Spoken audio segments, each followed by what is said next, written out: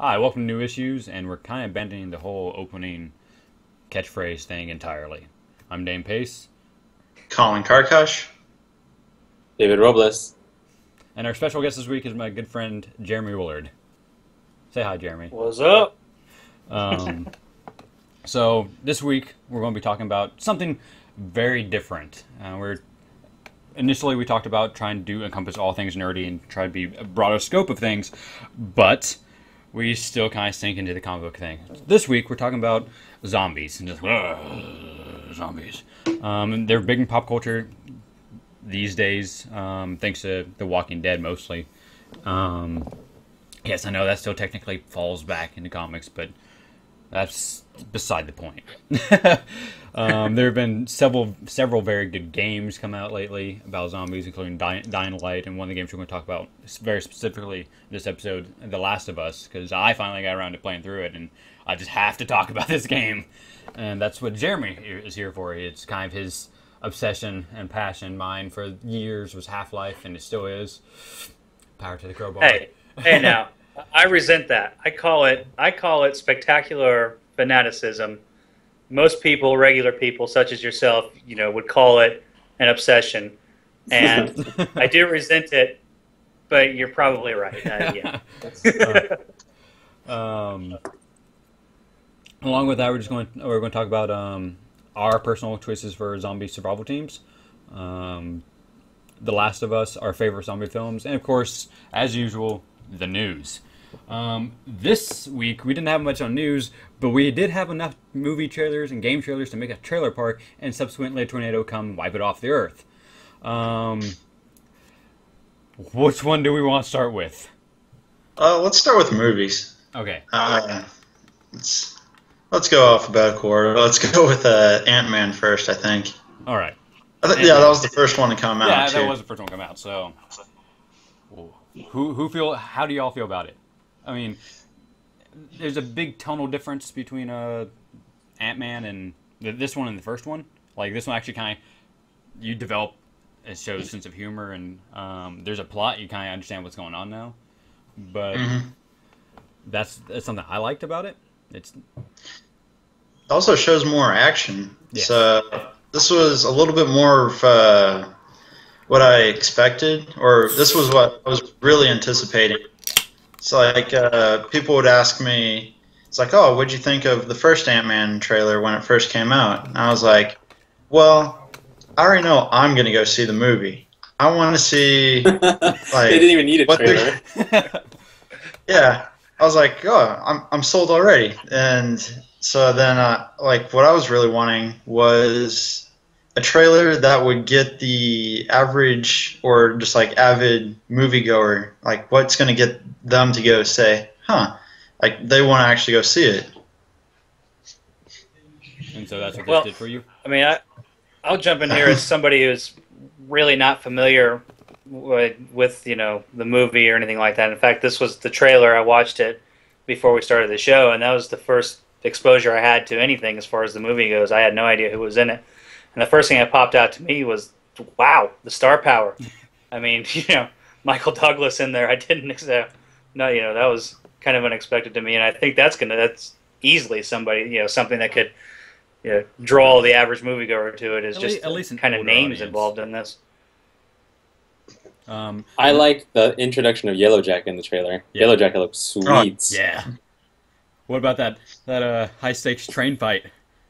The camera being pulled back just as everything got crazier and crazier, and then you just seeing the train flip over was the best moment of the entire trailer. You can't take that away from me. Oh, it's great. And that's what As I mentioned earlier before the show, the selling point for me, as soon as I saw Thomas the Tank Engine in there, I'm there, man. Star power. Yes, I'm there. Yeah, exactly. The following news would disappoint you, Jeremy. The original director was Edgar Wright. Oh, really? Yeah, but he dropped out due to creative differences.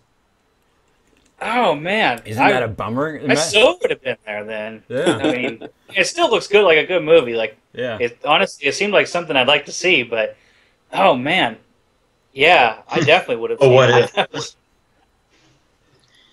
I'm really starting to feel the Marvel formula in these movies now, though. It seemed to have just the right hints of action, humor, Mhm. and all that jazz going on in it. Well, speaking of action, humor, and all that jazz, that funness, it's a good segue to our next one. Brood the City, the movie. Freaking Batman v Superman, the actual trailer finally came out.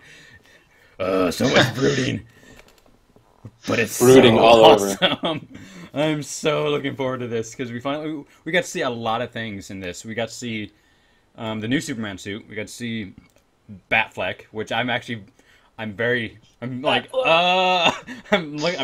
to like it a lot. You got to New see Superman suits? Yeah, he has his suit slightly changed. You got to see the bat suit. You get to hear Alfred. Jeremy Irons is Alfred. You hear Lex Luthor in it. Black scientist guy whose name I always fuck up. He's in it. Y'all know who I'm talking about. Dr. Neil deGrasse Tyson. That's him. There you jiggy bastard, you got it. Other than all those fantastic cameos, what it's setting up is something that's very different from even most like DC movies, which are dark and brooding to begin with. This is setting up something fairly interesting. It's setting up ideas of Superman is not liked and reasons why. And you setting up this. I'm going to say it's a very different Batman. I'm going to say it's a Frank Miller Batman, which is interesting. I mean, aside from the fact that you see him in this suit about to fight Superman, I feel like it's going to be a very Frank Miller-esque Batman. Well, one thing that I early found really Frank Miller, interesting, not Crazy Steve Batman. As you were. what Sorry. I found interesting about the Superman never speaks. Yeah, you're right. I never noticed that until now. It's a good call. Someone pointed out to me that there's a Riddler question mark in the background on one of the pillars, and at one point, I think it's right before Alfred starts talking. You see, there's a slight homage to All-Star Superman, like the cover of the trade paper of like him in the sun and the sunlight coming behind him, floating up. There's that in the trailer. But aside from that, I'm looking forward to everything. And what the selling point for me was two things. One, finally seeing Batman in the suit and how huge he was, like just like jacked, like oh god, this guy's going into my existence. And that voice. Oh my god. Yes. Good bat voice. The bat voice. Colin, you've been quiet as usual. Speak. You have permission. Well, I was gonna say I'm trying to think of the right word, but I was a little underwhelmed by the trailer. You know what? That's a very good. Like, I understand exactly where we come from, especially what came out the day before. Yeah, and well,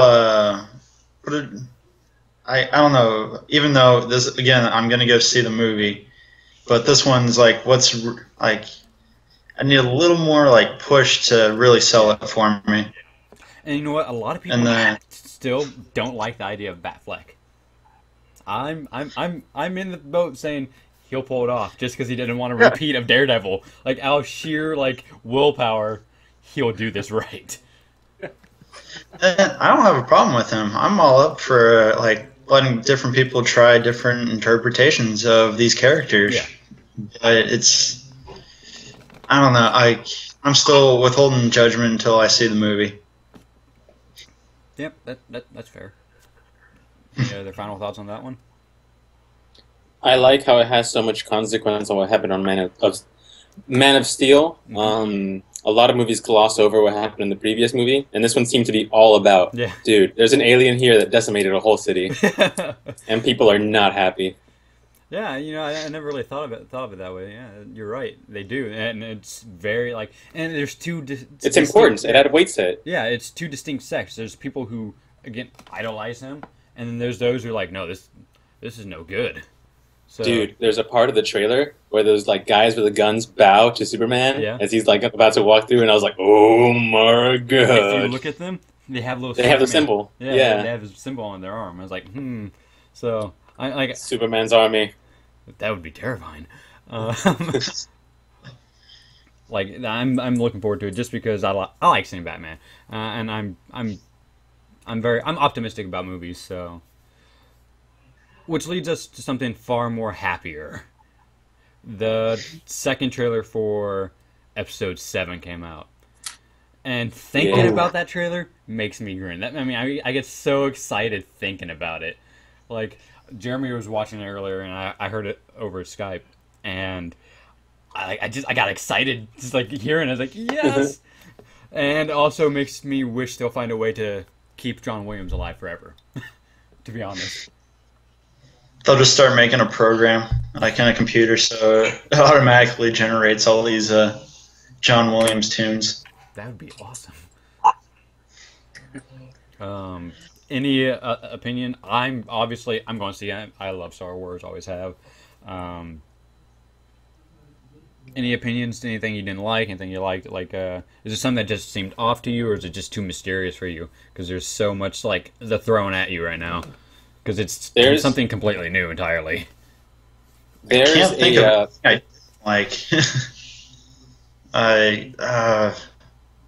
just the one shot, like that opening shot of the crashed Star Destroyer. Like, that's just a beautiful panning shot. You get that, and in the foreground you have the crash X-wing. I mean, it's a great shot. Like that, between the score and that image, immediately sold on the trailers. Like, yes. Like, we described the first... Just say, coming December. Many months ago, when we did the first or second episode of New Issues, when the first trailer came out, we described the trailer as, face, neck, and chest. All right? That's along the lines of that. To compare that, it's, I can't stop, it's everywhere. Oh, God.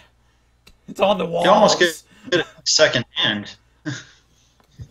I'd say you almost get that feeling secondhand. So, like, if someone else is watching it, you don't even have to look at the screen. I do. And you're just like, I get super excited. It's like,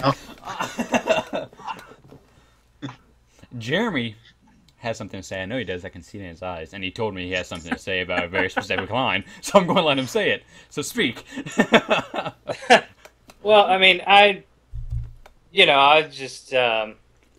saw somebody on Twitter, and and I'll just throw my hand up here, just to make people laugh. I call myself a militant Trekkie.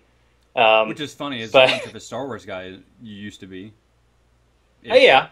And I don't, I don't know. A really poor way to describe it is I just kind of grew out of it. And that's not to say it's, childish or anything. There's nothing wrong with that. I mean, I've grown to really like Star Trek, so it's Colin, and so we appreciate it a lot. There's great episodes.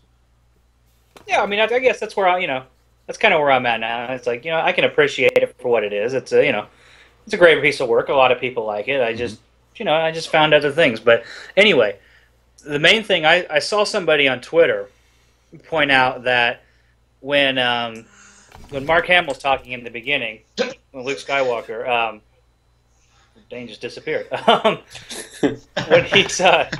When he's talking in the beginning, he mentions, I have, like, something along the lines of, I have the Force inside of me or something. But he says, my father has it. Yeah, I picked up on that too. Rather than calling it past tense, my father had it, he says, my father has it. I don't know. I just saw it on Twitter that somebody had mentioned that. You do bring a valid point, because this does not sound like something they took from Jedi, because it sounds a lot like the speech that that Luke gives to, I think it's Han, about the Force. I can't remember who he's giving it to, but it's different because it has my father has it, my sister has it, I have it. It also says you have it, which I'm fairly sure is not from the original. So that's a new line, and it's kind of interesting when you think about it. Mark Hamill is now can almost say professional voice actor.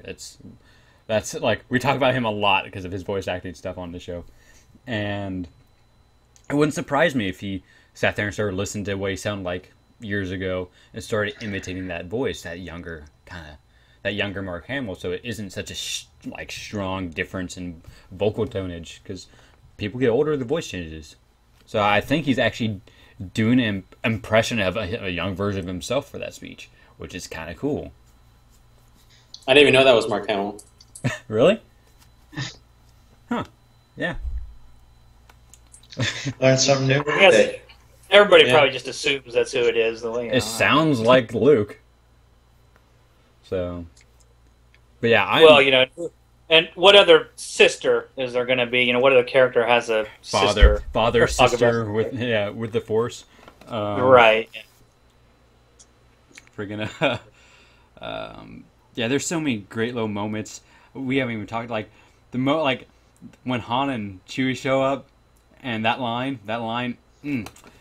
out of the ballpark, just perfect. Like, and people point this out. This is the most exciting and energetic and happy Harrison Ford has looked in years in his movies, and we've only seen like 3 seconds of him. They're like, oh wow, he's looking great. He's happy. He's enjoying himself.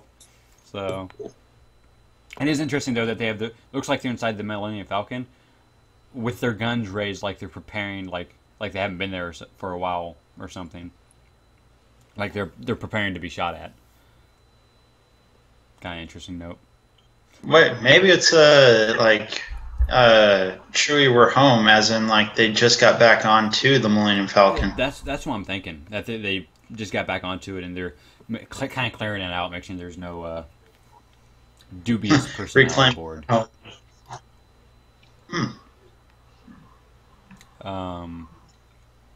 I guess we can segue into the next one. The last trailer that came out, at least that I can think of, was the Battlefront trailer. I'm a big Battlefield fan. I love the Battlefield games. I've been playing them since Battlefield 1942.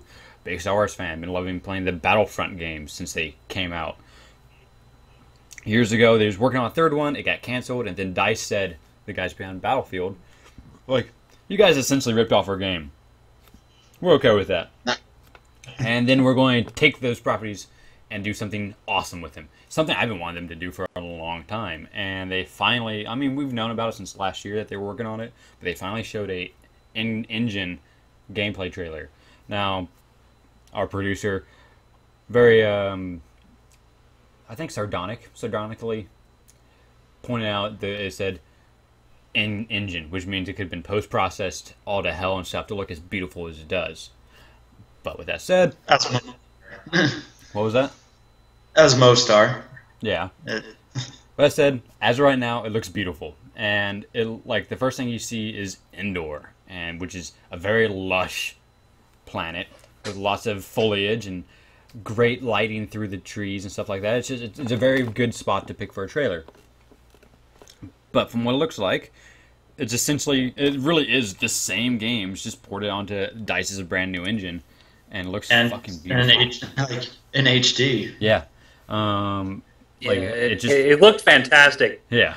It looked really great. But going back to that point of post-processing, that little blip that they put in there of it being in-engine reminded me of, I'm just going to go off on a No, go ahead. quick tangent here, but it reminded me of the trailer that they released for Uncharted 4, where it was where it showed Nathan Drake washing up and getting off the beach and going into a jungle with a voiceover from him and Sully. But they started off with big bold letters that said this trailer was captured entirely on a PlayStation 4, and it's like, yeah, it was captured on it, but this isn't gameplay at the same time, right?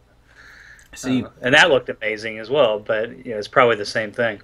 I'm pretty sure these games will look damn near that pretty on their consoles and respective locations of being played from. Because look at the order. That game, from what I understand, is very, very pretty. Not that great of a game, but very pretty to look at. It's like an interactive movie, from what I understand. What, Uncharted? No, The Order. Oh, okay. I just saw 25 seconds worth of the Battlefront trailer. Wait, what?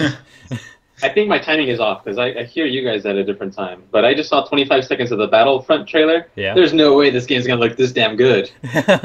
You're right. But man, I thought you were about to say Uncharted wasn't a fun game. I was like, man, those fighting words. Anyway. I hear nothing but good things about Uncharted. I'm going to pick up the new one just because I hear good things about the others. So, Yeah. there's that. Yeah. Anyway, back to Star Wars Battlefront. Yeah, I mean, Sorry. that's pretty much all I have to say about it. I mean, it looks great. It looks like it's going to play like a Battlefront game. I mean, looks like you won't have your hero classes that you can get throughout the missions. Like they showed Darth Vader and Boba Fett, which looks awesome. Looks like you'll be able to have your TIE fighter fights. I know they flat out said that there will be split screen. They've said it's official. We will have the return of split screen on a console. Yes. Nice. That is some awesome news. I already know I'm gonna buy 2 copies of the game. Like I'm gonna buy it for console and I'm gonna buy it for PC. So Yeah, same here.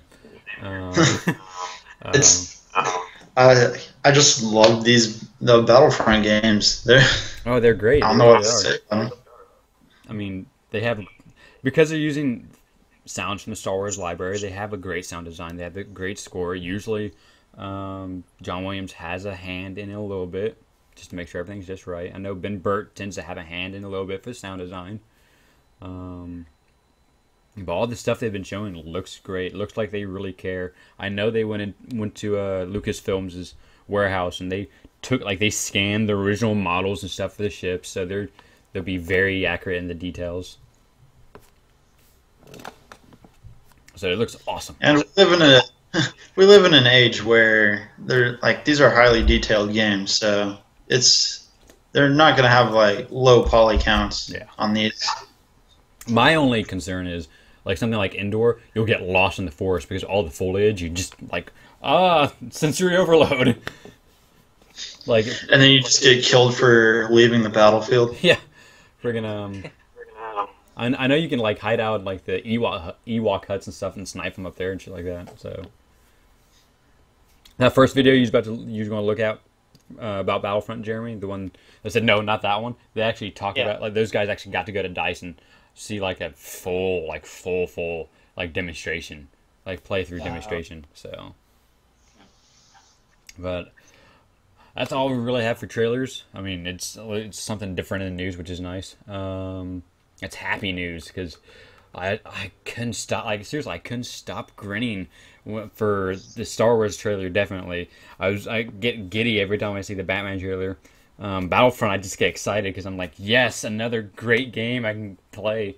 So I'm super happy. And Ant-Man, we had some clarification, and to me that was very important because like that first trailer, you don't really get anything. It's there's stuff, and there's this character. So You just get the who, and that's about it. You don't get the what or the why. Have any of you watched Daredevil? I know this isn't kind of scheduled, but have any of you watched Daredevil yet? I'm on I'm on like episode 12. I'm very close to the end. I'm slowly watching it. It's not that I don't want to watch it. It's just I just need to set it. I just need to set aside like an hour or two just to watch it. So, but I love it. Yeah, I really like it too. What about you, Dobby? I'm taking it at an episode a day. At least that's what I'm trying to keep it at. Today I watched like 3 though, but I think I'm like episode 9 or so. Good. So good. Yeah, and Nick's right. It's hard to watch this and not try to compare it to Arrow and stuff because of the production value. But it's good. It's good. Like everything about it is top notch. I really do enjoy it. I like how they handle Kingpin. It's a very interesting like interpretation of the character. Absolutely. Have you seen the essentially the origin episode of Kingpin, like when it shows him as a child? Have you seen that one yet? No, I have not. That's a good one. Nah. It's a good one. That's all I'm going to say. It's a good one. Kind of explains why he is the way he is. I just wish they were producing more of these shows, like more than just like 2 a year. Although that would be expensive. Yeah, it'd be expensive, and I guess you don't want to rush a good thing. But these are just, I don't know. I love them too much, I guess. Yeah, they're great, and the fact that you can see the influence, like the whole show's premise is based off of what happened in the Avengers. I mean, that's how inbred into the system of the Marvel Cinematic Universe they are. Like the whole plot is essentially based off the city being destroyed and Hell's Kitchen being rebuilt because of that. Hell yeah. So There's actually a quote I wrote down that one of the bad guys said. He said, "Heroes and their consequences are why we have our current opportunities." And I was like, "That's so good." that is a good line. It's going to be like it's strange, like the things that like I really like what they're doing. It's hard to talk about the show without spoiling it, so that's why I'm being purposely. It's all out. Yeah, it's all 13 episodes are out, so it's like And it's been more than 13 hours since it's been released. So. Catch up. Yeah, bro.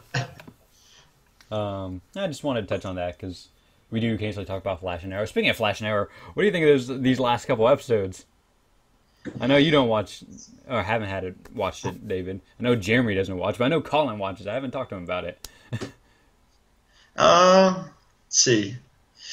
That last episode with the team up with the Atom, it was all right. Like yeah. I was hoping for a little bit more, but then again, like after seeing the screenshots of like Arrow, Flash, Firestorm, having all pretty much every hero team up, like that's that's like the big event that I really want to see. So I guess the Atom team up was just kind of a nice little tease. Oh yeah. What about that Arrow episode? Let's see, have to remember it, but I know I did watch it. Okay. See, yeah, it's. I guess there was some. I just have a problem with the fact that, like, Arrow's one episode ahead of Flash right now. Like so in like the timeline, if anything. Yeah. Yeah. And so there was probably just the remembering of the occurrence of events. Yeah. Well, sort of. I mean, Doug Jones' character, Deathbolt, is going to appear. Yeah, you're right. Because of that, he is. Yeah, they are one step ahead. Because Doug Jones, if you're a big fan of the Hellboy movies, plays Abe Sapien. He's probably one of the best in like costume actor ever. Like in suit, he played Abe Sapien. He's the Fawn in Pan's Labyrinth, who he didn't speak like Spanish when he showed up on set. I mean, he's a great actor. I love him. Also, my number one candidate for Joker, if anyone wants to know who I'd pick, that's the guy for a live-action Joker. His character is really interesting. Kind of a cool power. He absorbs energy around him and then uses essentially a laser from his eyes. So, but he's going to be in the next episode of The Flash. So that's kind of a cool way they're tying in the series. That's what I like about the DC TV universe is like at least the Flash and Arrow stuff are very interconnected. Oh, and just you describing that episode now, I remember. Yeah. I really liked how it was a good mentoring where Oliver was like, you need to actually have some skill, not just rely on your suit and have him take control and actually fight. Yeah, that puppeting was cool. That was fun. What about that ending?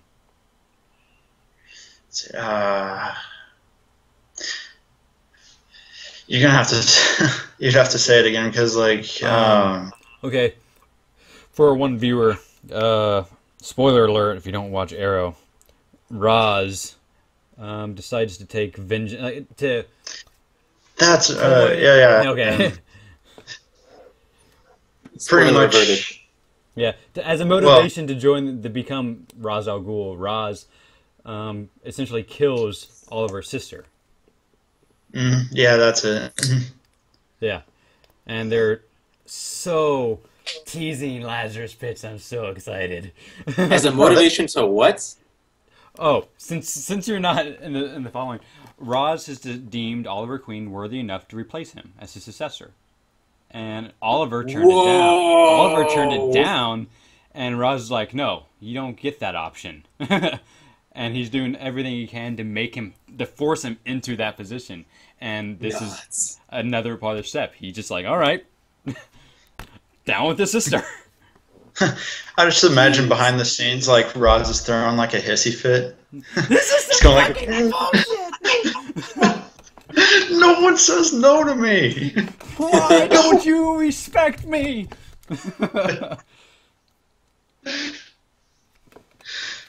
Just like completely take Roz down a peg. That'd be funny. But so yeah, and they handle it very well, and I'm very excited for the next episode just because they are teasing Lazarus pits. I mean, you've seen one in action earlier in the season, but I mean they're talking about bringing somebody back from the dead. They're talking about the repercussions of going in there dead and coming back not dead. So I'm excited for that. Okay, onwards to our discussion topic. Discussion topic. The undead.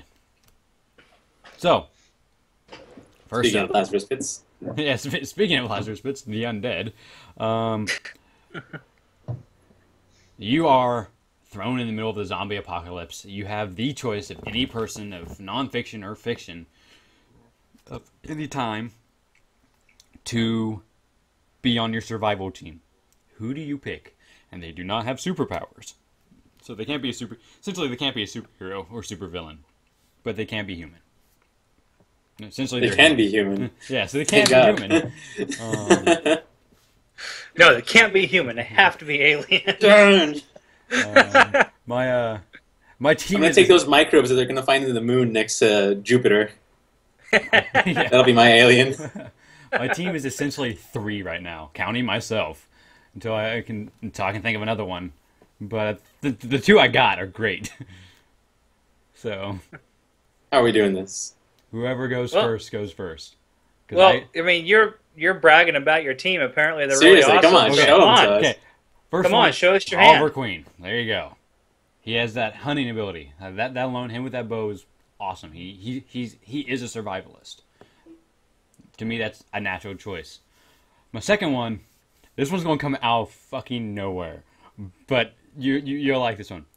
President Teddy Roosevelt. That man is Elaborate. a general badass. Elaborate hard. Have you never heard of the stories that Roosevelt has done? He has a chair made of bear, like bones and fur that he killed.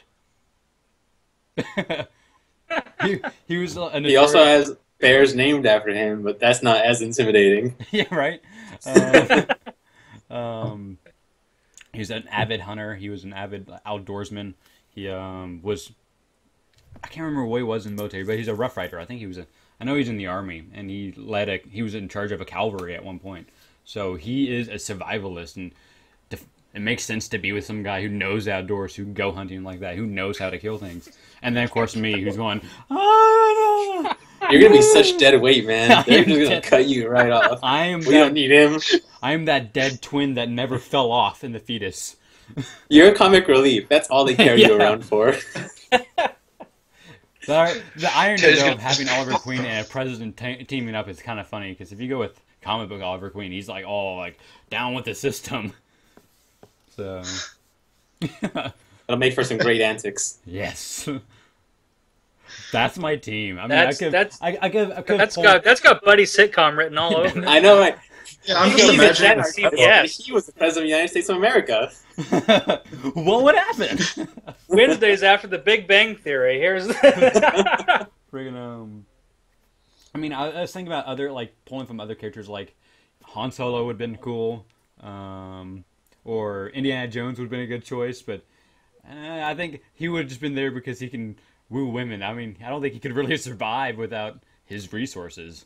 So I just went with what made sense to me. People that are survivors. All right. Gordon Freeman doesn't communicate enough, so I couldn't use him. And he's good in apocalypse situations. He just doesn't talk to nobody. And he's kind of more of a puppet and does what people tell him to do.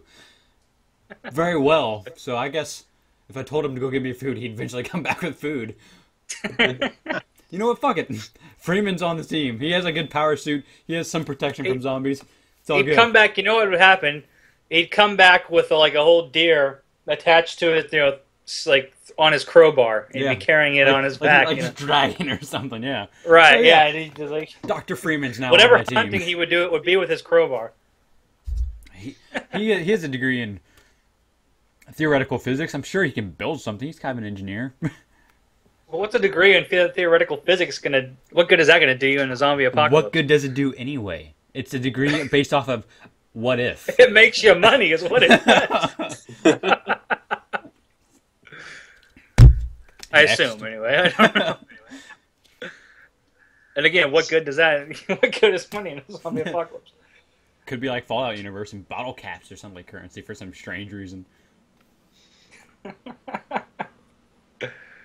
Anyway. Colin? Else got a team? Pass for right now. I'm still thinking up, just fine tuning it. Yeah. Like, All right, so let me get on with my team then. Let me get this short list of 50 people. That's list. This is actually the same list that I had when we did the artist-writer team-up. Nice. I have them written in here, too. Any list I just haven't thrown away the sticky note. Nice. Any list that just put them on the same team. I want Brian Bendis. And Greg Capullo.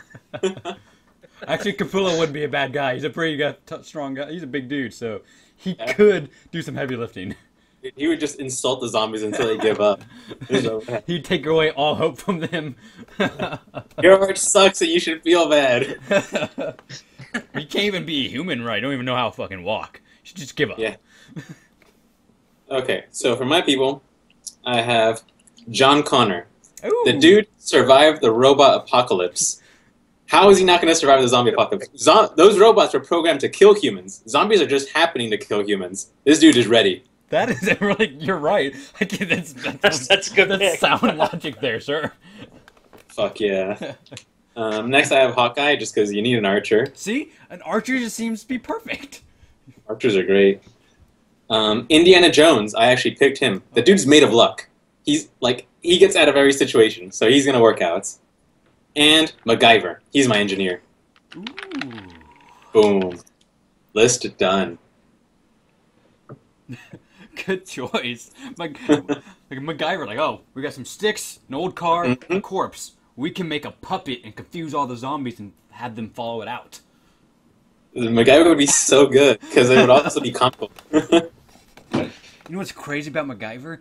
Everything he does in that show, you could actually do. They did like the guys who wrote those episodes did the research to do the stuff that he does. So in theory, you could. I feel like the only research for that would be watching MythBusters. So they were like going back in time or forward in time to watch MythBusters. Oh God! Oh, they've done a couple of MacGyver specials, if I remember right, where basically they test things from the show. Excellent. Okay, Colin or Jeremy. Jeremy, you go. Okay, still working on your list. Okay. Well, Oh, I've got... I got one. I had one more guy to my team, so that's good. Man, There you go. got room for expansion, I see. Feeding that population quite well. No one doing raids, I see. No one's got the Ebolas. Lucky you. Yeah, I'm still loving John Connor though. Last night I came over right before falling asleep. That was a good pick. That's a really good pick. This is the reason alone. He survived the robot apocalypse with robots designed to kill humans. So he can survive the undead. That's the best reason. He's overqualified. Okay, well, I guess I'll go ahead and go.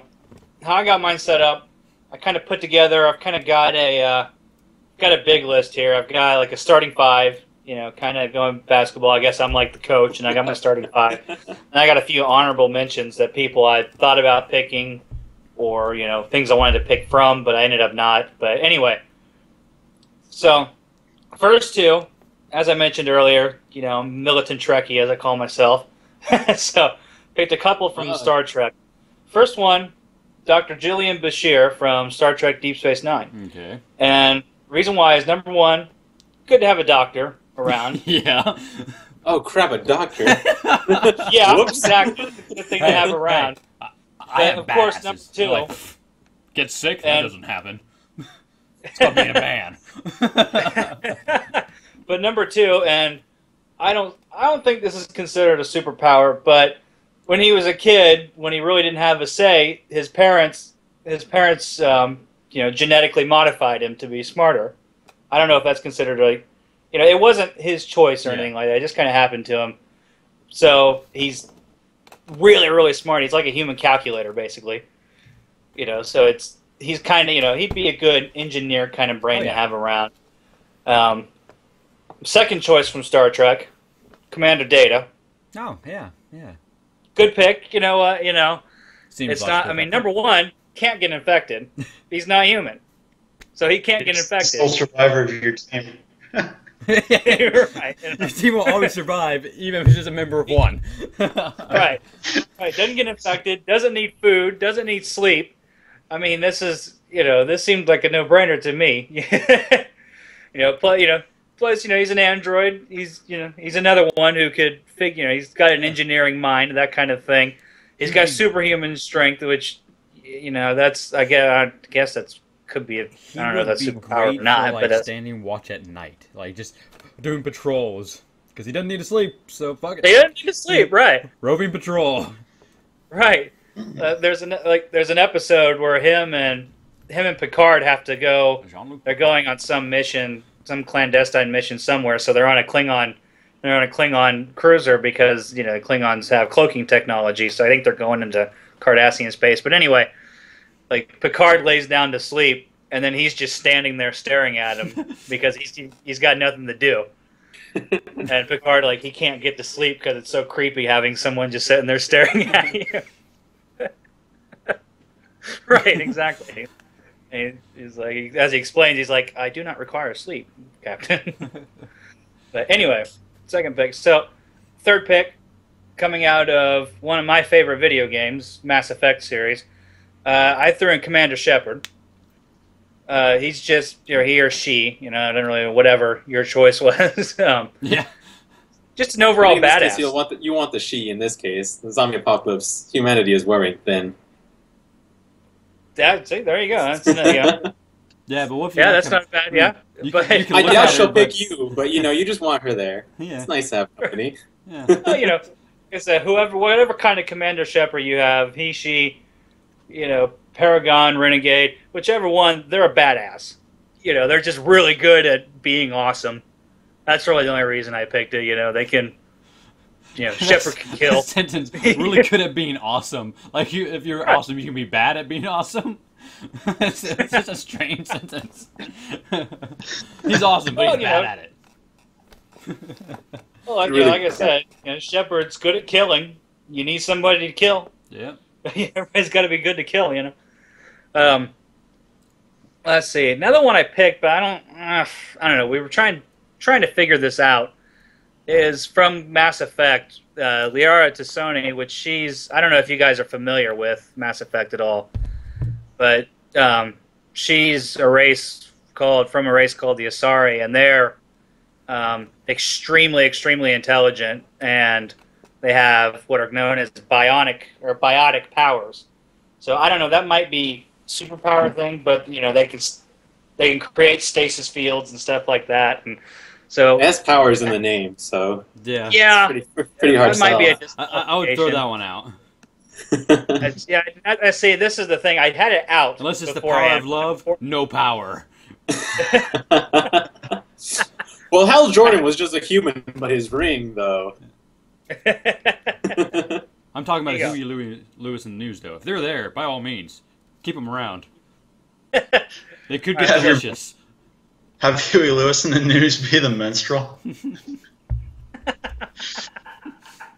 Brave Sir Jeremy. Right, well, anyway, okay. Throw her out then. Like I said, I didn't think she qualified, but we were kind of having a discussion of this before the show, so we kind of came back to her. Anyway, so throw her out.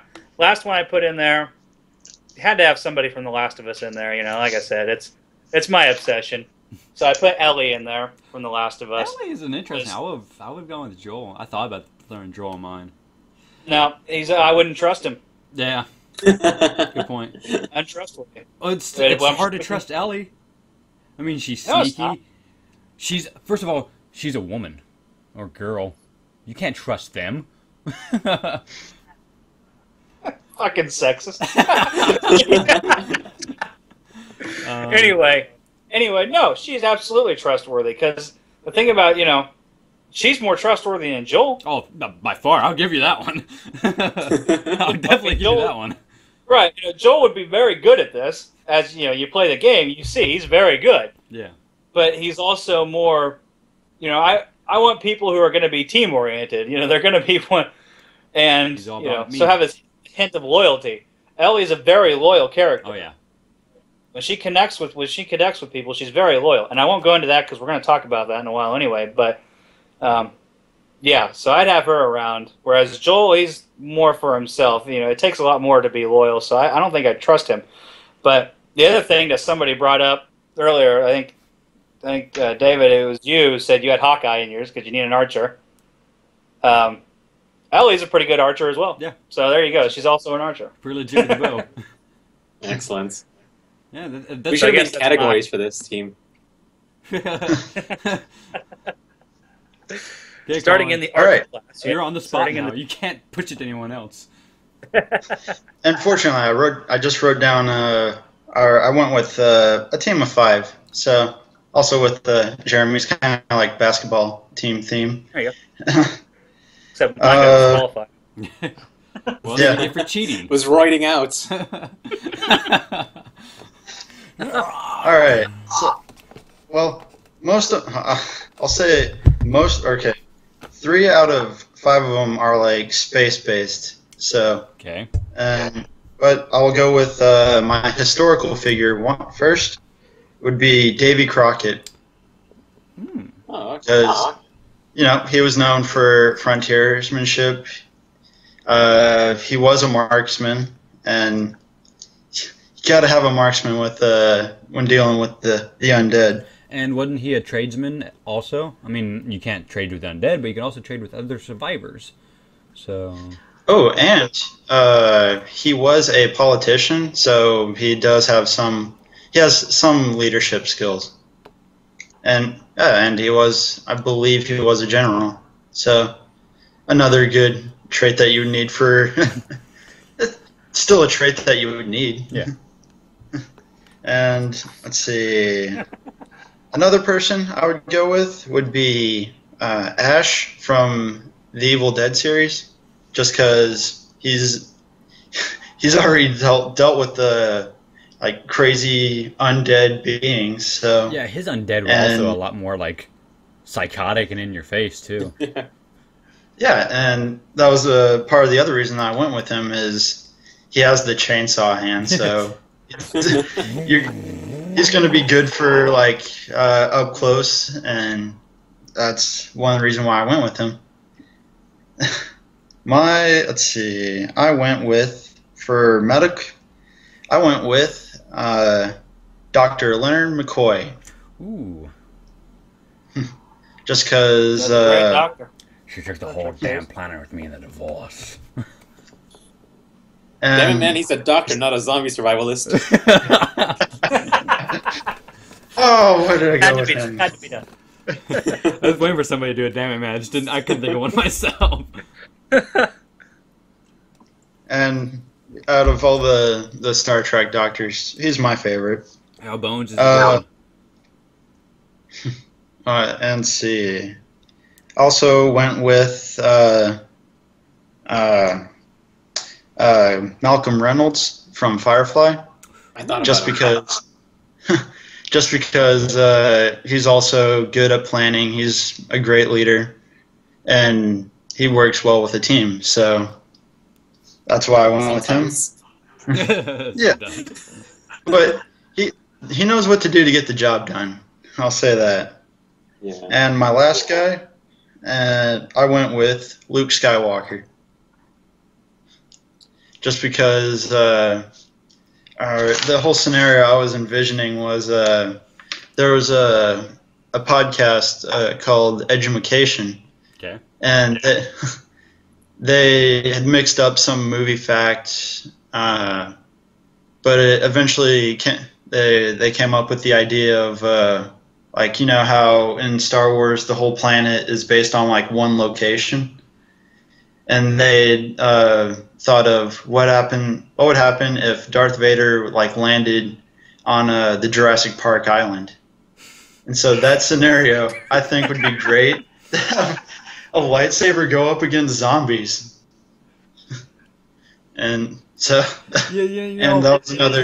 I wanted another close. With the theme of this episode, like a big chunk being Star Wars, that one of us would have thought zombies plus lightsaber equals awesome before you. I just ruled him out because of the Force. Exactly. I was about to say. See, even if you ruled him out, you could get somebody who's like not a Jedi, like I don't know, General Grievous, who has no powers, but he has a shit ton of lightsabers. Would be one hell of a lawnmower. Yeah. See, I wasn't like when I picked Luke Skywalker. I wasn't going like thinking of him using the Force. All I was thinking of was hacking and slashing with a lightsaber. Yeah, and that's what I was thinking when you said Luke Skywalker and his lightsaber. It's like, oh, he's not even thinking about the Force. So even if we suck the Force out, But they use it in combat just to know how they're gonna fight. You know, I mean, you won't need it against zombies, I guess. Yeah. But I mean, if we farm boy Luke with a lightsaber, how about that? okay, there we yeah. Okay, well, no. Gotcha. Hang on, though. Hang on. Because in Mass Effect, Liara, she uses a gun all the time. You can use guns all you want, but she has, keyword, the powers. Luke didn't have Well, I powers can't. until... Wait, now. Okay, now hang on, though. I can still have her on my team, just she can't use the biotic powers, though, right? If you can have, if you can have Luke Skywalker, he just uses his lightsaber and doesn't use the Force, then I'm taking Liara back. All right. You sure All right, should go thank into you. politics. That's a sound argument. The board will take it into consideration. All in favor, say aye. Well, Aye. aye. I mean, Thank you. if she gets to have her powers, Luke will have his powers. I'll side with Jeremy on that one. So it's a win-win for the two of you. Either way. Exactly. Now imagine if all these groups were one group. There will be no stopping us. But man, all those... Now that we're getting into those gray areas, though, I want to take back another character. Give me Iron Man. And I'm taking his damn suit. Throw War Machine in there, too. 2 for 1. Oh, gosh. Oh, that would be a mess. But, you know, when you brought up Tony Stark, I was surprised you didn't throw him on your list. Like, no one threw him on his list because that isn't a great choice. A flat-out perfect choice because he's a mechanical engineer. He's a structural engineer. I mean, he built his own damn tower, for Christ's sake. He knows how to build things to the best with anything he's got. He would be an absolute... Asshole too, so that's... Oh, yeah. If you're going to have to be around him... That is the problem, though. With this super group that if we created, all the egos together would be terrible. So much nothing would get done. Because it'd be bickering the whole time. Yeah. Bickering and survival. So it'd be like The Walking Dead. Yeah, pretty much. That's why I was so sketchy on Captain Malcolm Reynolds, because he would be like, it's my way or the highway to anyone, even if they were more skilled than him. That's how Stark would be. And, you know, freaking Bones would not agree with some people's methods. Because he's pretty, like, stubborn at everything. Well, okay. Who would be the ranking doctor? Yeah. Leonard McCoy or Julian Bashir? Yeah. Well, Shepard doesn't take shit from anybody. to be honest, you play him as if they were the same play him as rank, renegade. depending on their rank, if they're the same rank, McCoy would have seniority just because he's been officer longer. By a couple 100 years. Yeah. Yeah, exactly. That answers your And question. then You got our Teddy archers. Roosevelt would be like, what the hell are we doing here? You got Dr. Freeman going.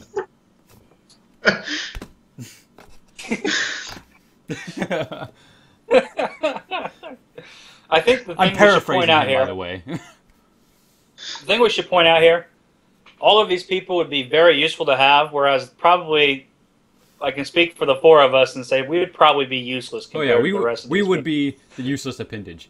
I mean, President Roosevelt, he would be probably pretty upset that no one was following his awesomeness. I mean, Yeah, he'd be like, you are the future of the country that I led? You shame me. now if we had Captain America around though, Right. different story. Different story. Yeah. Why isn't he on the It's groups of- Yeah. Powers, Yeah. yeah. No, he would have been number 1 on my list. Natural leader. Right there. Immediately. Yeah. Imagine having him and Teddy Roosevelt leading a group. A country, perhaps?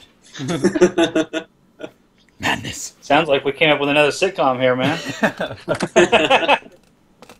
I just imagine, like, with all these survivor groups in the new world, we'd probably just get like a little piece of paper saying we at least came up with the idea to form these guys together.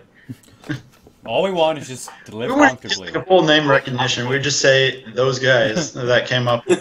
These guys are the ones that bind us together. They were the glue that held this group together. As long as I get a little house and a little placard, I'm happy. Just a 3-foot statue that says he did something. That's all it says. It's nothing specific. It just says something. People are gonna think you're a dwarf.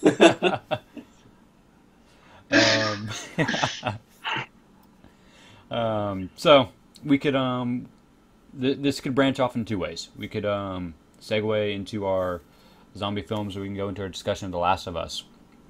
I think The Last of Us will be a kind of a heavy hitter. It'll take a big chunk, and if you haven't thought of your zombie films, it'd be a good time to think of this.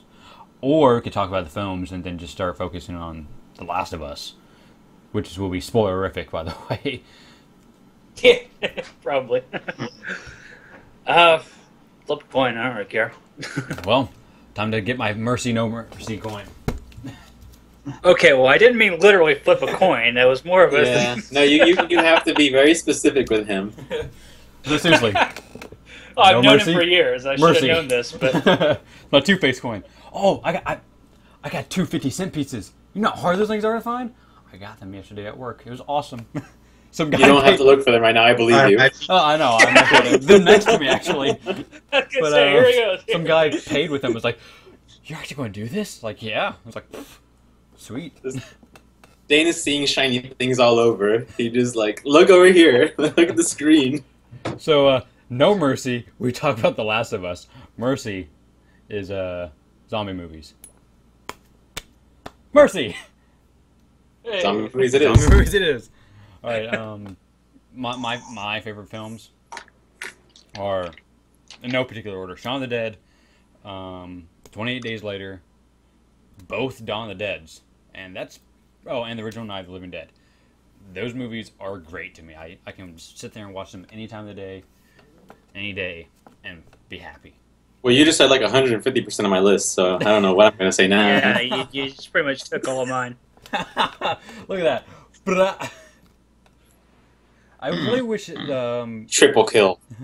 Valve still had their zombie movie on Steam. I'm really upset that it's not there no more. Do you remember that? It was called Zombie Movie. It came out around 2005, and it was made by some of the guys at Weta, and it's pretty much a story of two guys stuck in a car. And there's zombies everywhere, and there's nothing they can do. Jesus, what a horrible, horrible premise. Oh, it's hilarious. I know at one point a guy gets his dick shot off, and they start eating. Eventually, they cook it and eat it. Like the guy's like, "This is so wrong." Is this a Rammstein song? But yeah, it's really good. And it was like a 5-minute short, but it's very enjoyable. I think they end up escaping. They end up kicking a hole in the bottom of the car because they realize that they're conveniently over a manhole. And they kick open a hole in the car and move the cover and go into the sewers. So you assume that they live, but this is the apocalypse, so probably not. I can go further in details as to why I like the movies I do. To me, 28 Days Later took a established genre and kind of flipped it on its head. Because it came out about the same time as the remake, Zack Snyder's Dawn of the Dead. And they said, let's make zombies sprint. And that alone made them fucking terrifying. Because you can't escape that. The sprinting and the blood puking Yeah. were like, Jesus. And the quick transformations, like everything was over. Yeah, it was all stacked it's against you. Within seconds. Yeah. It's like, oh god, no. Blood puke. I'm so mad I'm puking. Well, that's sort of what Red Lanterns do. Oh yeah, it is. They're just like, Well, what I was going to mention, like, you know, What? Oh, Red Lanterns, except they puke napalm. So Yeah, they did. What were you going to say? 28 days in space. No, all I was going to say, as far as 28 Days Later, that was my pick. I mean, it's been a long time since I've seen it, but I remember it being really awesome. And plus, I mean, Danny Boyle, he makes good movies. Yeah. Just period. So you can't go wrong with that. Part of what makes that movie good, it's really intense for the most part. Then you have right around the time Cillian Murphy's character meets up with the guy and his family. Everything gets kind of blissfully happy for a little bit. Specifically, the grocery store scene where they just take something as silly as going into a grocery store and just doing whatever you want and make it like you sort of forget that the apocalypse is upon them and that they're potentially dead any second. It's beautifully the way it's shot. And then it gets super intense again between the music and the way it's edited. It's great. And that's sort of the same reason why I like Dawn of the Dead. They took an established idea that people knew and just kind of turned it on its head a little bit. You still have your allegory of consumerism. A little bit's in there. It's not near as heavily placed in there like in the original. But it just took something that we knew and turned into something crazy. Like the opening footage with Johnny Cash playing was awesome. That was so good. That first scene, like the whole opening scene where you see the doctor just go home from work, she kisses her husband goodnight, wake up, there's a bloody little girl in their house who starts attacking them, and then within seconds her husband gets bit, there's blood everywhere, and then he's crazy trying to kill her, and he's throwing himself through a door. And if I'm spoiling anything for you people watching, this movie's been out since 2004. What? You should have seen it by now. Statute of limitation is past at this point. It was Zack Snyder, right? Yeah, it was Zack Snyder. Yeah. It's just such a crazy opening, and then it does the crazy intro credits. Oh, it's a return of Ving Rhames to the big screen. Who doesn't like that? So that movie's it's a fun movie. The original Dawn of the Dead. I always think of that in the remake. I always think of where they're all on the roof doing stuff, but they're all picking off celebrities. Yeah, celebrity look. Oh, you see Jay Leno's head getting destroyed. Yeah, that's what I always think of.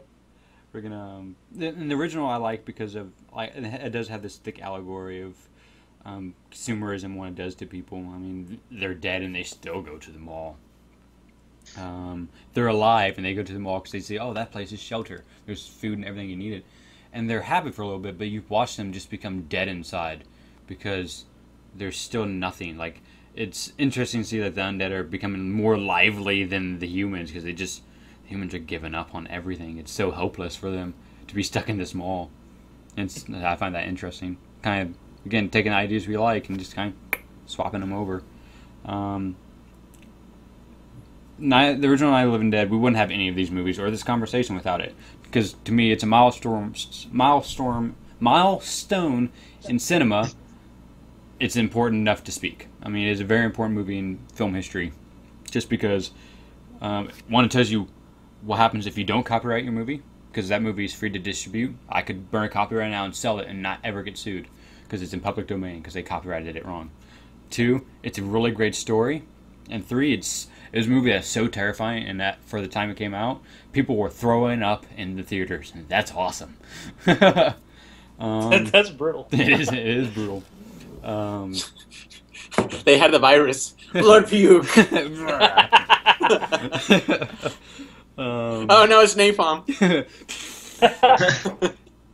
And this leads us to it's not my favorite zombie movie, but it's probably the best zombie movie, and it's Shaun of the Dead, because it takes established ideas that we know, tropes from zombie movies, and then pokes fun at it, but at the same time showing love and homaging it in a way that Simon Pegg and Edgar Wright can do with their movies. Say, with brilliant camera cuts too. Oh yeah, So like good. the preparation. I love Yeah. it. Like subtle. There's so many subtle jokes in that movie, and it's the subtle stuff I really like. Like the "you got red on you." To this day I say that to people. Hey, you got red on you. And I don't say what, I just say you got red, and they usually do. Or green, whatever color it is. Stuff like that I really like. The discussion about not saying zombie. We're not saying the Z word. I love it. So, like, to me, it's just a great tribute to something they love. And the Wright and Peg, when they find a genre they want to show their love for, they do it well. I mean, they have a trilogy of genre loves. So. Yep, and I love their first like encounters with the zombies, where they just think it's like a bumbling drunk. They're just like, "Get out of here!" Taking pictures with it. Yeah, Then I love they start throwing vinyls at it too. You know? Oh, piss off! No way, that's a first edition. I feel like there's a very natural way to like. If it doesn't seem like there's doom, like the threat doesn't seem like it's there, I feel like that's sort of how people would react. They'd be kind of like really nonchalant about it, like, oh, this. It kind of reminds me of like how like not like a couple of like what was it, a year ago or two, where like the government like shut down, and everyone was like, oh well, whatever, it shut down. Yeah. How about our day? Oh, zombies are here. Oh well. Neighbor's dead. After that long list of movies, I thought of one, and I'll justify it just because Shaun of the Dead's sort of a comedy is Zombieland. Oh shoot! I didn't even think about that. Oh my god! I can't believe I didn't think of that. Zombieland is a great zombie movie. Oh, flat out God. Great zombie movie. That's just like that's fun. Like It really is. I'm pissed off at myself for not thinking about that. I know, it's like trying to Think about what you've done. To think that was supposed to be a TV show, and there's supposed to be a full 26 episodes and stuff like that. That would have been really interesting. And I was just thinking of it like when Dan was explaining all his movies, but then but before that, I was having trouble thinking of zombie movies because it seems as much of a genre as it is, they are kind of like few and far apart. Yeah, I mean, it's all TV shows and video games now. I think it's Yeah. been a while since zombie movie. World War Z was the last one to come out. I think, Yeah. or what is it? Warm Bodies. There's Warm yeah. Bodies, which isn't a bad movie. Don't get me wrong, it's not a bad movie. It's Really? Yeah, it's pretty cute. It's Romeo and Juliet with zombies. You know what? That's a good way of putting it. Yeah. No, when I was watching it, I was like, all right, the girl's name is Julie, the zombie's name is R. I was like, Oh. okay, it's Romeo and Juliet. Not Yeah. very subtle. Wow. I know. So I wasn't too impressed with the movie. I mean, it's cute. That's the best way to put it. It's cute. I loved World War Z. It's not the book, but it's very entertaining. It's very suspenseful. It's kind of cool how they handled their version of the undead.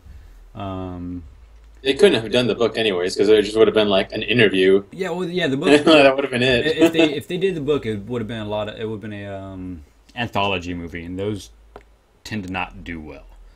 Well, I remember back in my day, there was these zombies, and Yeah, but And that was about the best way that they could have done an anthology is have Brad Pitt just travel across the world.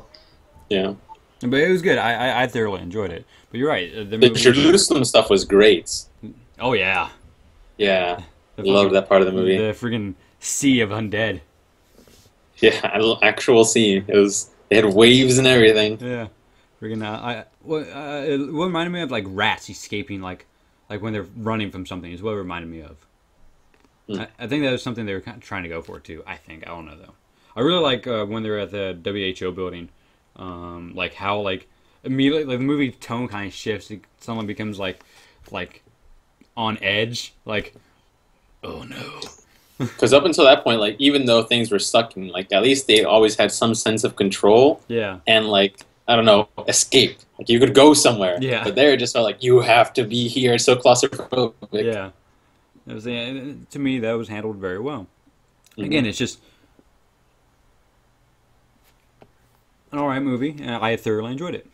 I'm very fairly optimistic about movies. I don't get like, oh, this movie fucking sucks because it does this. Like, for example, Jake gets all pissy for like over the digital zoom on ships flying by in movies, like in Guardians of the Galaxy. You see a shot of it in the new Star Wars trailer.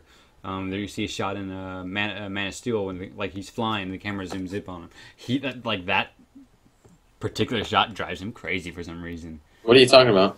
When Superman, it's kind of like I need a visual. It's like a way zoom, or it's like a nice wide shot, and then you see like the tiny little you'll see like Superman flying off in the distance, and then all of a sudden just like quickly zooms in, kind of does like a little shaky cam trying to follow him. Oh, I love those shots. Yeah, I love them so much. I guess it'd be also like if you were to like look through binoculars, kind of like that kind of feel where you see like you could probably see like a plane flying off in the distance, and you're trying to like, oh, there it is, and then you're still following it.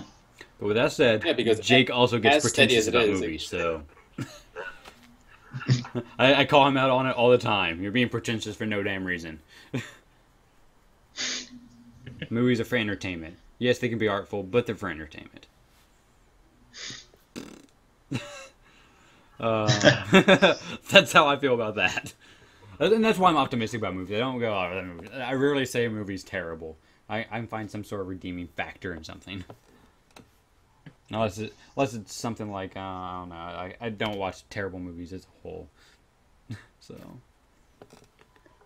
So. I guess, were you going to move on to the next topic? Yeah. Well, here's a segue for you, just a quick segue. We're talking about zombie movies not happening that often. One that's coming soon. Oh, it's the movie adaptation of The Last of Us. Yeah, which to me I find really interesting. Especially, I've found it interesting that they don't use the voice actress for Ellie. I mean, yeah, she doesn't look like a teenager. Technically, she doesn't sound like a teenager, but all the movements and the stuff is her. Like everything about that is based off Ashley, I think is her name. I don't know. Ashley Johnson, yeah. Yeah, Ashley Johnson. It's based off of her movements, her acting. All that stuff is based off her, and they cast Maisie Williams from Game of Thrones to play her, who is a teenager. I'll give you that. But I just find it really interesting. A lot of Ellie's mannerisms and stuff like that come from her. They've talked about throughout the development of the game. Ellie, like for example, in the game, Ellie can help you fight. She'll throw stuff at people, or she'll come up and stab somebody and get them off your back or something like that.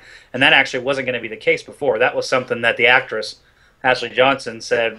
Why is she so helpless in all of this? I feel like it's like if it was me, I feel like I'd be fighting. I'd be trying to help or something like that. But I guess one thing you can say about that, the one thing that can be said about that, she very much approves of the casting of Maisie Williams as that. Yeah, she said on they talked they had a back and forth on Twitter, and the writer Neil Druckmann was kind of teasing it. Like they had been talking about it obviously, and this was before they actually announced it at I don't know, was it Comic-Con or I don't know, San Diego or not?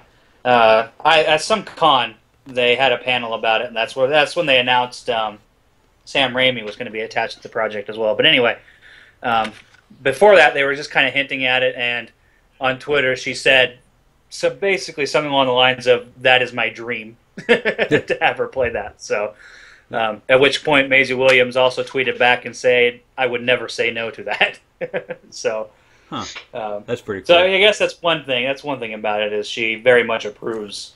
Well, that's good. Of the casting, I mean, a lot of times, given the approval from the creator, or the creator or the actor, can be a big boost in things. So it's like when I think they're especially Joel and Ellie, Ashley playing Ellie, and then of course Troy Baker, the video game. Troy Baker looks nothing like Joel, so. Right, he couldn't play him. He didn't look anything like him. But I'm sure they'll be. I would assume they would be involved in the project. In some way, shape, or form. If at the very least, they, say, hey, I want an executive producer credit here or something like that, so. It should just dub over the actors. That would be interesting. Well, most movies go through a process called ADR anyway, where they do redub their own scenes. Like something just doesn't come out right, and they redub themselves. So in theory, you could do that. It would be kind of strange, though. Imagine seeing Ben Affleck with my voice. How strange would that be? That would be strange. Be epic, I guess. I think when you do that, you don't have to pay them for as actors too. It's like a weird loophole to not pay people. Huh. Yeah, like they're just like extras, since they weren't like the whole role. Weird. Yeah. Well, I know any extra that gets a speaking role in a movie gets royalties from that point on because they got paid for that speaking role. They, for that point on, forever will get royalties for that movie. May not be like the huge cut that the big stars get, but they do get like a $3 in the mail. Yeah. Fun fact about that, you mentioned, speaking role extra. Ashley Johnson is an extra in the Avengers, and is I think she's cast as like waitress or something like that. But I'm pretty sure it's a speaking role. Yeah. I think Captain America saves her because there's some deleted scenes. That's my favorite deleted scene. Yeah. Huh. I know the one. Yeah, it's interesting because she comes back later. Like it's in the scene where it's shortly before Captain America goes into the building and he fights the Satari and they drop a bomb and he pretty much jumps out the window as it goes off. It's right before that scene where she pops up, if I recall right, and he kind of gives her some orders. Yeah, she was saved by Captain America. Legit. But anyway, that's just a fun connecting fact there, I guess. That I know from my obsession with Sam and everybody involved with it. So, this game is an emotional roller coaster. I'm notoriously for being dead inside and feeling nothing for anybody, and even had me going a big chunk of the game, like I'm catching a case of the feels, and I'm not liking it. And that first scene, though, that first scene is crazy. okay. What it does, it sets the tone perfectly. I was watching. I was kind of choked up on inside there. Oh, most people do. And I'm like, that sucks, bro. Yeah, I mean, I cannot relate, but I understand. Okay. Now, just to throw this out there, I've played this game through at least 20 to 25 times, probably more than that I don't, I haven't gone through and done an exact count, but I played it a lot. Like, I played it enough to go platinum on the PS4 edition to get the platinum trophy. And I'm kind of working on the same on the PS3 edition, so I played it a lot. First time that happened, that scene, it was such a shock. I didn't feel sad. I was just like, oh, shit. That just happened. Whereas now, when I play it, I know what's coming, and it hits me worse. Weird. Like, the first time I watched it, I really didn't get, feel the tears coming on or something like that. Whereas now, even if I just pull it up on YouTube, I'm just like, oh, God. Bro. I don't want to, Yeah, because, like I said, the first time it was just like, when it happened, I was just like, holy shit, did that just happen? They really started the game fact like that it this? jumps, it jumps straight into the opening credits. I mean, you don't have a whole lot of time to process it. I mean, they give you a bit of time, but it's still just like, wow, that just happened. I think the thing I like most about The Last of Us is the fact that it takes place 20 years later from that beginning scene. That was another thing that, the first time I played it, I went, it pops up 20 years later, and I was just like, what? I was like, what? No, what? Because it's, and I think that goes back to what you just saw. You just saw his daughter die in his arms. And you're just you're still trying to process that. Yeah. And you kind of want to, you expect you're going to see the fallout from that. Mm-hmm. Like, you expect you're going to see the immediate fallout of that and see what happens next. No. How does he process that? And you don't see that. You see what the guy became. Right. You don't see how he got I mean, that's not something you're going to get over. Yeah. But it's like you don't see how he lives with that right away. I mean, you see like like you said, it's such a shock to go, oh my God, what 20 years? What Yeah. And I love the fact that it's 20 years because the world feels more lived in than it does if it was just like the zombie apocalypse just broke out. Like vegetation is taken over, and it's a very different feel to the world, and animals are running wild. I mean, like there's a curfew set in. I mean, it's a very unique feel to the world. I mean, it can almost be compared to almost like City 17 and the Combine invasion, where vegetation hasn't necessarily taken over, but everyone has just gotten so used to essentially the apocalypse that it's just life at this point. No one knows anything different. And I think that's something I really enjoyed about The Last of Us, that it was just one of those things like, wow, they survived for 20 years. That's impressive. And this is how they're doing it. That's also impressive. I really like that aspect of the game. Makes for a unique story world. It does. And that's one thing you kind of they touch on in small bits of dialogue. At one point in the game, you're walking through it's a mall. And I'm not talking about it might be during the. Do you go through a mall? The only time you're in a mall is Left Behind. Yeah, Left Behind. Well, they're walking through, I think, a movie theater or something, and LA comments on this is what they were worried about, like looking skinny and stuff like that. Way they dress. Oh no, it's when she's going through the diary. Pittsburgh. Yeah, Pittsburgh, where they're going through the diary. Oh, no, okay, no. Well, okay, there's a few times. You're thinking of, the point you're thinking of specifically, which is a really heavy scene that we should talk about, but we'll get to that in a second. You're thinking of the ranch house when she's going through the diary. Yeah. And she goes, is this really all they had to worry about? Boys, movies, what clothes to wear, that kind of thing. I know what you're talking about. But there's a few times where she does that too. Like there's one in Pittsburgh. It's kind of out of the way. You have to actually go and do it. But there's a optional conversation where she looks at a poster of like a model. Yeah. Modeling clothing. Too. And she goes, oh my God, she's so skinny. It's like, I thought you guys had food in your time. Yeah. And Joel's like, yeah, and Joel goes, well, yeah, we did, but some people just chose not to eat it. and she's never known to have an abundance of food, and she just goes, why? Why would somebody not eat it? And he goes, for looks. They want to look skinny, and she goes, that is so dumb. She goes, fucking stupid. What? Yeah, and it's really cool, and there's something I really love, the fact that there's such a huge age difference, because Joel has to be 50, 60-ish. He's dark. Well, not that old. Really? He's definitely in his 50s. Well, but he mentions, at one point he mentions that he had his daughter, Sarah, pretty young. So you can say he was, somewhere between 18. Pretty young to have a child is probably somewhere between... Yeah. Well, yeah, because he seems like he was 25, not even 30 at the beginning, and Sarah's around 14, so...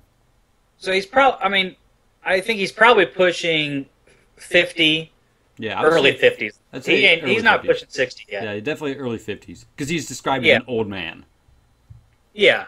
So, yeah. I think it's interesting you have him who's seen life beforehand, and then her who knows nothing other than the zombie apocalypse. This is life to her. I mean, there's another scene. It's another optional conversation when you're going through the suburbs, and they see the ice cream truck. Oh yeah, like what's this? And they're and they're trying to explain to her the concept of an ice cream truck. And she's like, no way. He's like, no fucking way. You guys are... He's like, they're trying to say, like, I think it's Sam, who's like, oh, yeah, this used to, it would drive around, they sell ice cream out of it. And she's like, no way. Yeah, it's music comes playing, kids come running out. Which, it's really, it's something you don't think about. Like, you do survive these apocalypse. Like, if you do survive these apocalypse, you do forget about things like that. And somebody who knows nothing of that, how do you describe to him? Like, how would we describe? Yeah, my job used to be I used to sit around and talk about things. I used to get paid to do that. How would you just like? How would you describe this? A podcast. Yeah. What's Yeah. I mean, And they go into something like a music store, and they're talking about yeah. Yeah, I mean that's another thing. What do? They go into the music store, and she just, I mean, she knows what it is, but at Yeah. the same time, she's like, wow, it's so sad. Nobody's going to listen to all this music that was made, and um, so yeah, Like, I think that's the stuff I like the most about the game is the kind of the commentary on society, which somehow the zombie apocalypse really does that well. Like, it gets you thinking about society as it is now. And I can't remember who said it, but a good horror movie is based off of problems, the fears of society at the time. Steven Spielberg, that's what it was. Specifically talking about War of the Worlds.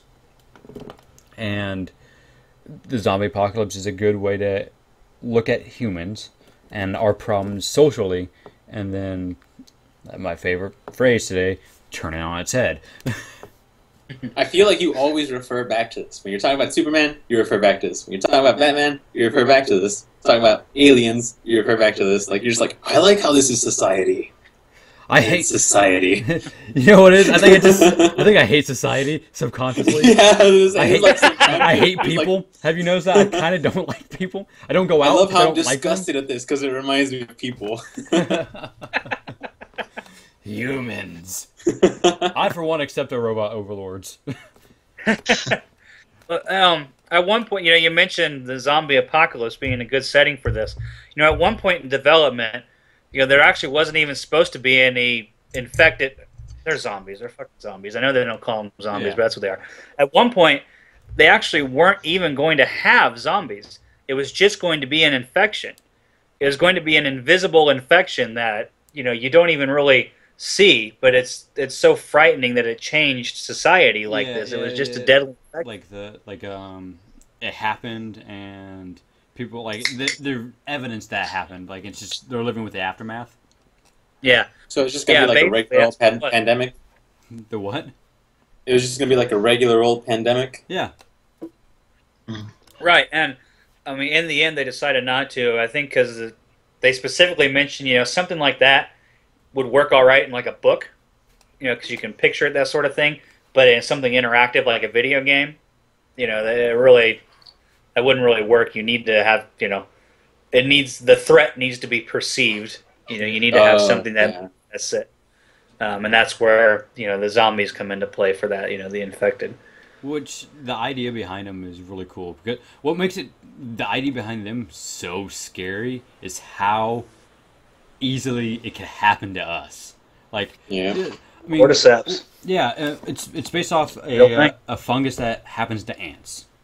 And what it does, it pretty much crawls into them, messes with their genomes and their head, literally met their head, and they will either do one of two things: crawl into their anthill and die out and let this fungus take over the colony, or they will grow up into a tree, die out, and let this fungus just grow out of their head.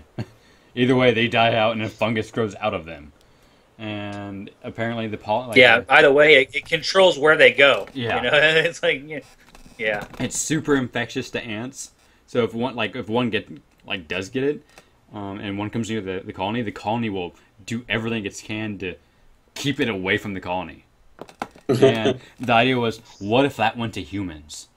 The mutation evolved that little bit to be compatible with humans. And the idea is terrifying, really. And the designs for the infector are really interesting because it's based off of it coming out of the head like an ant, and it's it's pulling the face apart. So it's starts coming out the eyes, and then it splits the face right from here, from this right here. It splits the head open, and I just that feeling of oh god, oh, ugh. Really bad headache. Yeah. Don't worry, you wouldn't feel a thing. It would just be the fungus. Yeah. There is no you. There is only fungi. there is only fungi. Well, I mean, It's a really fun guy.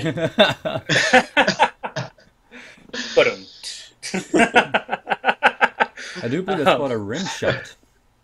There's a technical term for that. Yeah.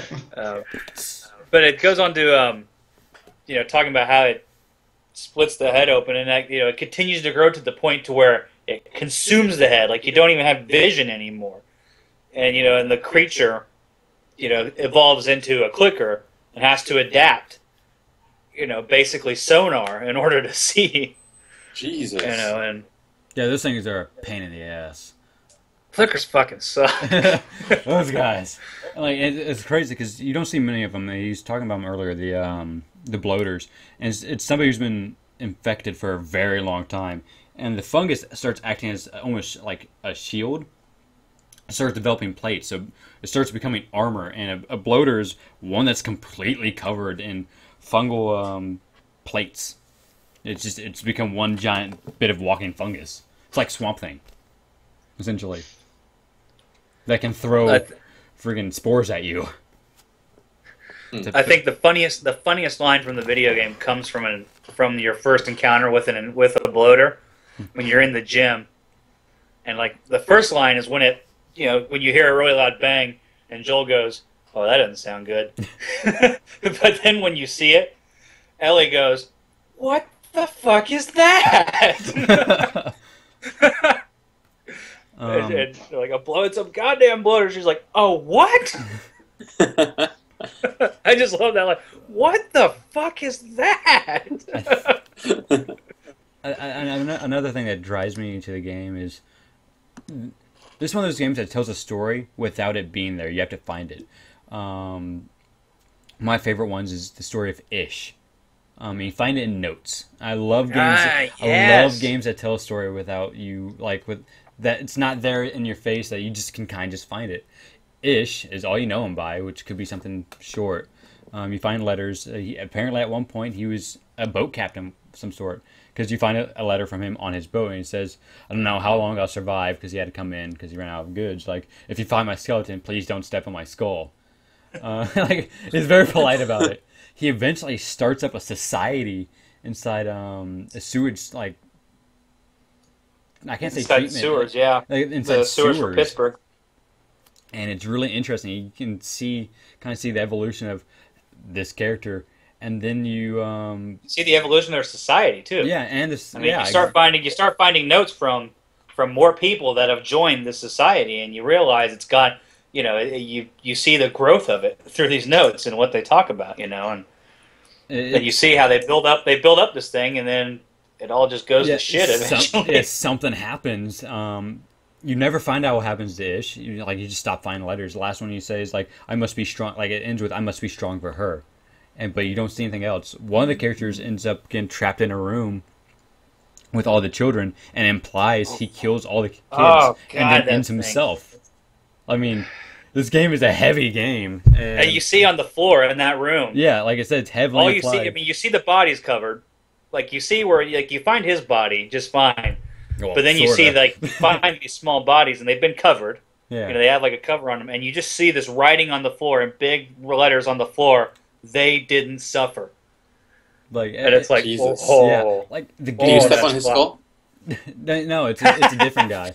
But okay. The game develops this thick, like, atmosphere, and that's what it is. It's the atmosphere of this. It feels like an actual world. Things actually happened. People had lives before and after the apocalypse, and it's a nice fresh breath of fresh air. Air. Yeah, and it's enjoyable. I know Colin's played some of it for a fact, and clearly Jeremy's played it a couple of times. I finished my first playthrough recently.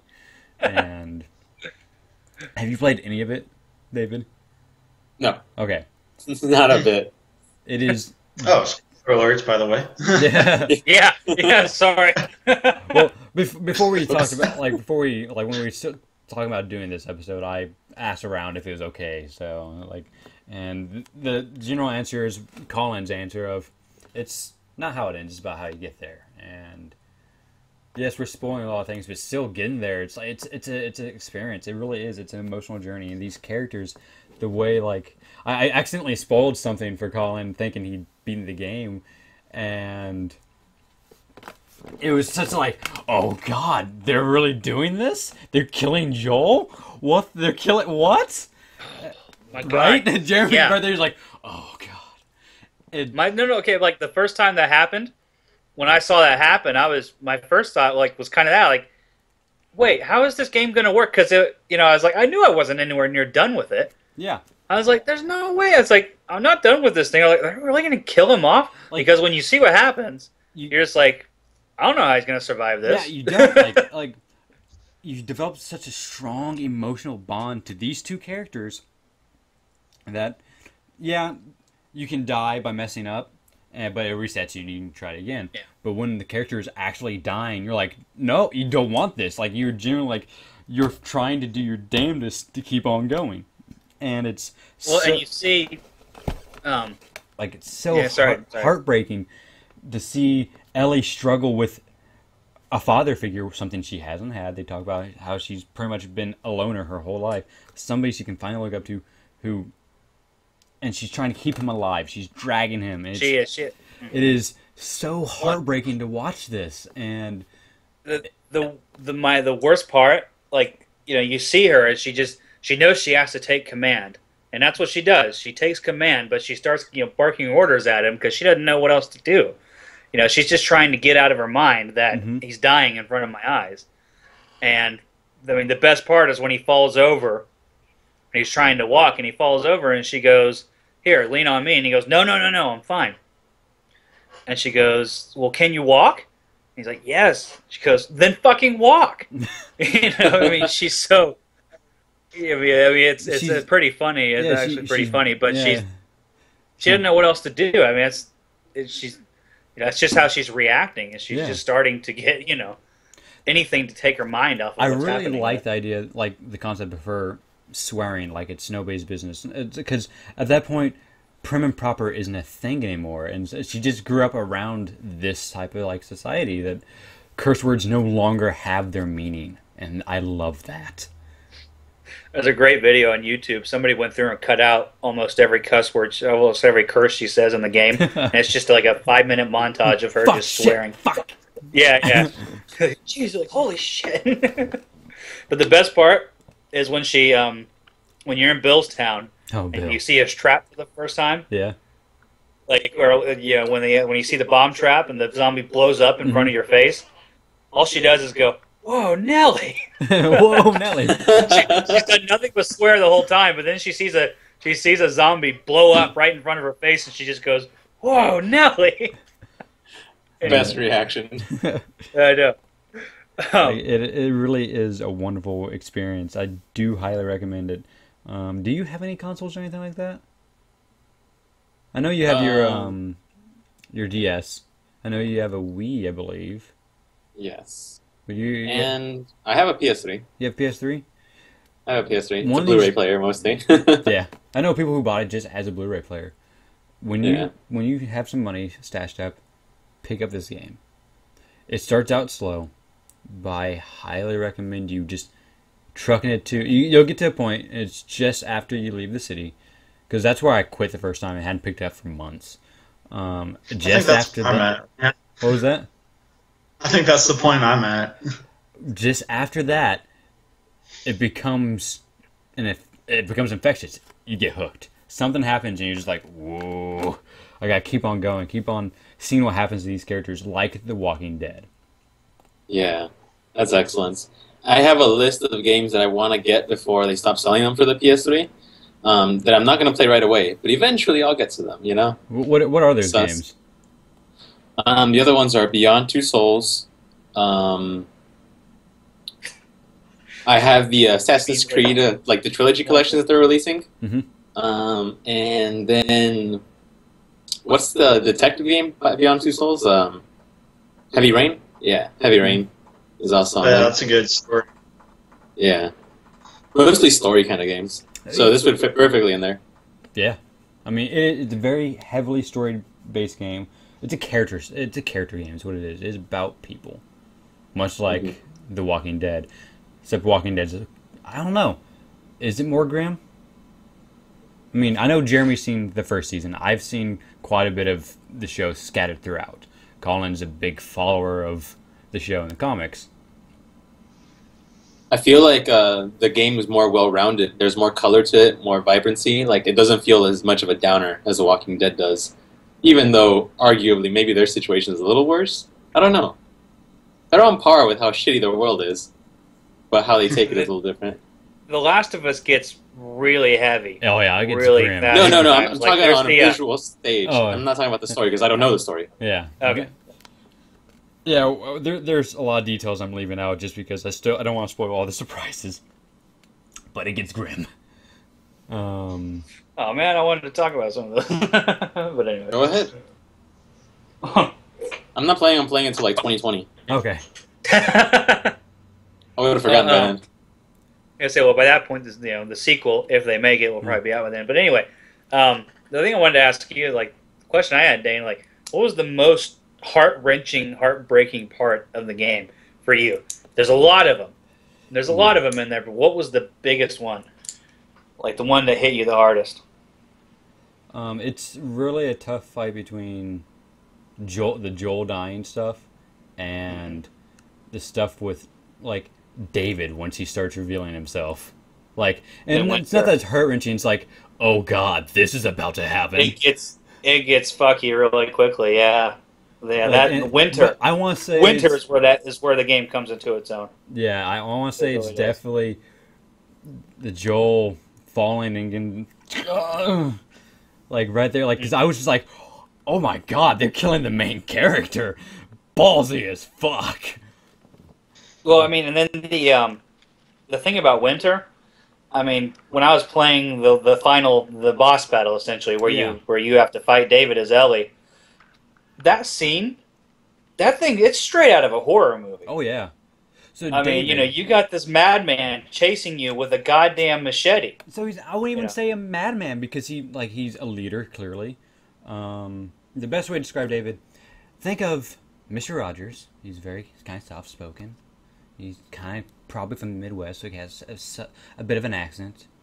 He's been living in it's Utah at that point, right? Yeah, because around Salt Lake City. So he's kind of soft-spoken. No, that's Colorado. Yeah, they're in Colorado. So yeah, it's still Midwestern-y. But he's in a town, and he has a group of followers, and they survive just like every other people. Except when you get into his town, you see they're similar to the guys at Terminus. You find out they're cannibalistic. And David is kind of eyeballing Ellie for various reasons, either for eating or the fact Ellie is a girl and she's fairly young, so it gets a bit rapey. Yeah, you get this rape vibe by the end of it, and you're just like, oh my god, like, this is about to happen. And he comes off like he really is like the best of villains. He comes off fairly non-threatening when you first meet him. He does. He kind of talks more high register. And when you find out it's the guy who does Nathan Drake's voice, I can't think of his name. Nolan North. Bates would have been all over that one. Oh my god, and when you performance. realize it's Nolan North doing that voice, like, wow. But yeah, David is a hell of a character, and you kind of want to see more of him, just to see like his journey, how he became so fucked in the head. Oh man, like you mentioned, you hit it right on the head. When you first run into him, he seems like a good guy. He seems like one of the good guys. You have no clue what he's going to end up becoming. I mean, you're wary. At the very first, when you see them, in the first cutscene, you're wary just because you're wary of any stranger in this game. You have to be. Yeah. But, when, he becomes more trustworthy and you start you have to fight off the horde of infected that come at you. He seems like he ends up becoming like you think he's a good guy. Yeah. And then he reveals to you. He reveals to you at that scene what's going on. It's like it goes bad really quickly. Yeah, it goes super south. And it's an interesting piece. That whole last section of the game is very different from the rest. Winter is its own like animal. Because it's like visually it's very distinct. Emotionally it's very distinct.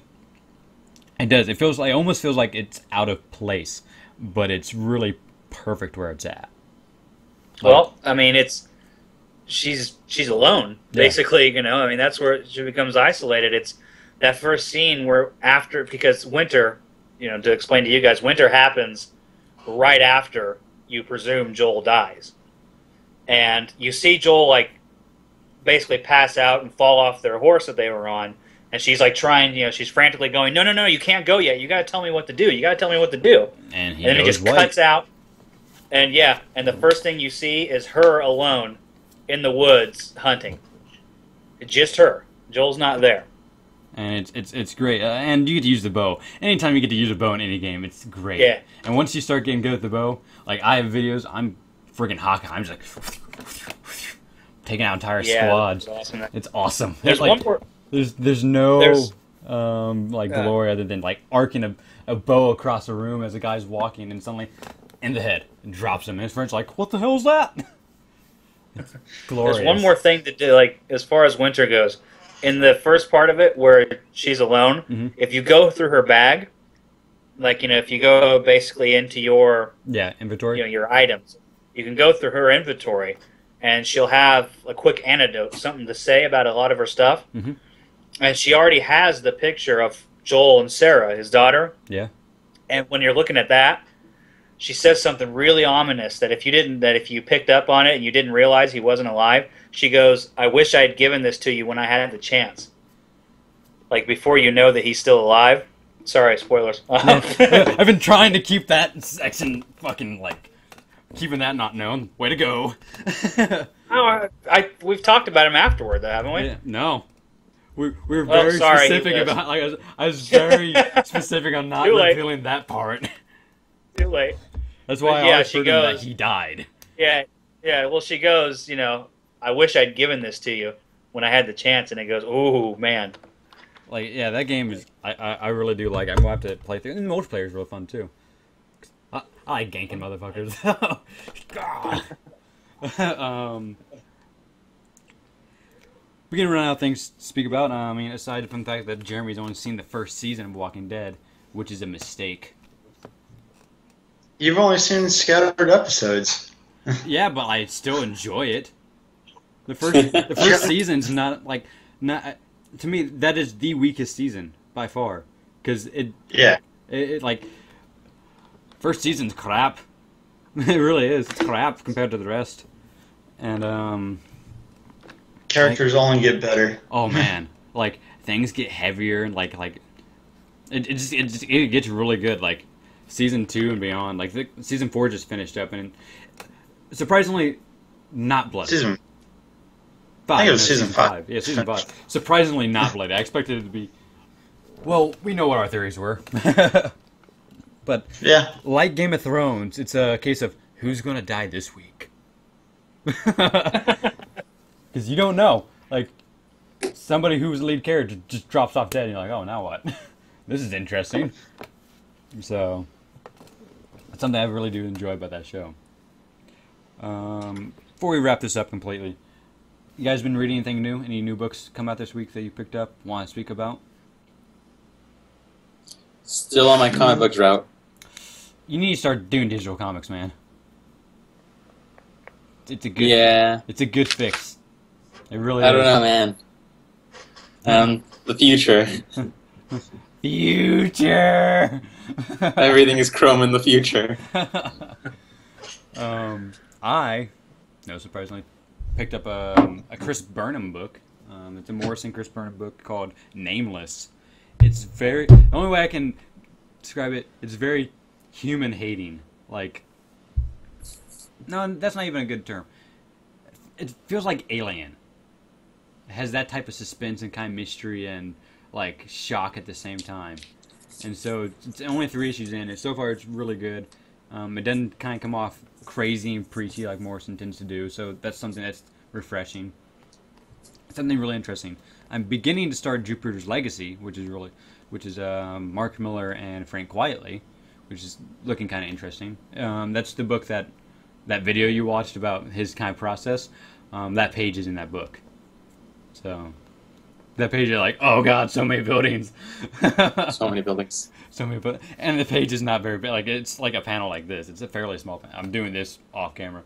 It's a fairly small panel. It's surprisingly small, actually. I could feel my rheumatoid arthritis acting up just from watching it. So I was like, ah. The crazy thing is, he draws it and then does it again digitally. He does it twice. Oh man. Yeah.